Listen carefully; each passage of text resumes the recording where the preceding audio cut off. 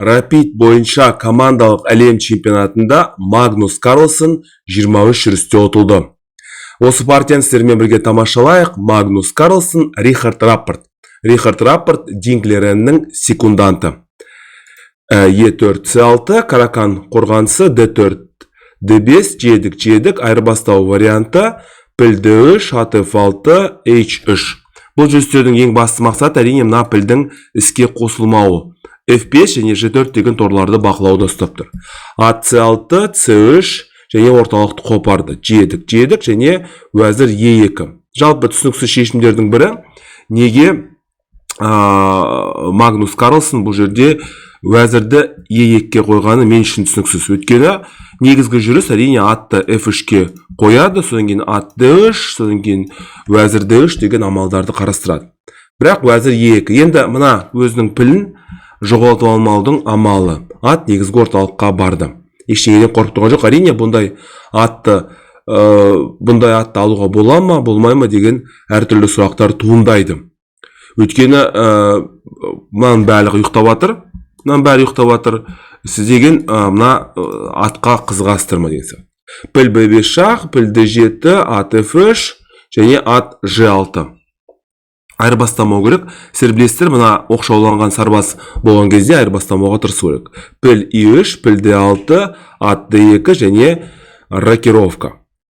Піл D7, уәзір D7. Сонымен қаралар деген толығымен бүкіл ойыншыларын іске қосты.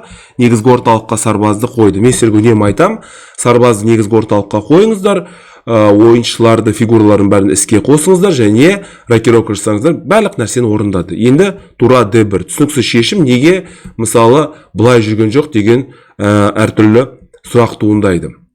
Тура D1 және тура F E8. Мына ашық жолға өзінің турасын орналастырды.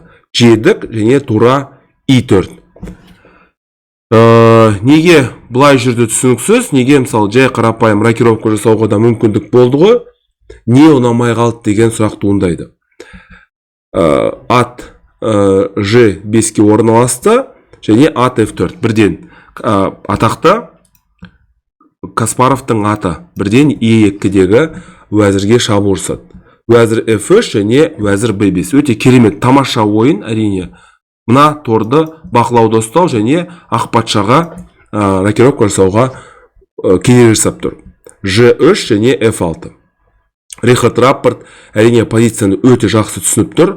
Енді ақ патша рокировка жасай алмайды. GF жедік және тура A F8. Бүкіл ойыншылармен кімге? Магнус Карлсонға шабуыл жасап тұр. Уәзір G2. Басқа да мүмкіндіктер болды. Уәзір E4 деген мүмкіндік болды. Жедік және тура D6. Бұлай рокировка. Енді бұл позицияны ойнауға болады. Әрине қиын жағдай. Бірақ неге уәзірді G2-ке қойды? Тура E8. Енді бәрі дайын. Мынандай іс-әрекетке. Уәзір F1. Басқа да мүмкіндіктер болды. Тура D2 деген. Бірақ Магнус Карлсон енді қателесті. F1 және уәзір B2 қомағайлар қатарына кірді. Тура D2 осымен ойын аяқталарға жалғастырған жоқ. Не айтуға болады? Магнус Карлсон бірінші, екінші турға келе алмады. Ол Астанаға енді ұшып келді.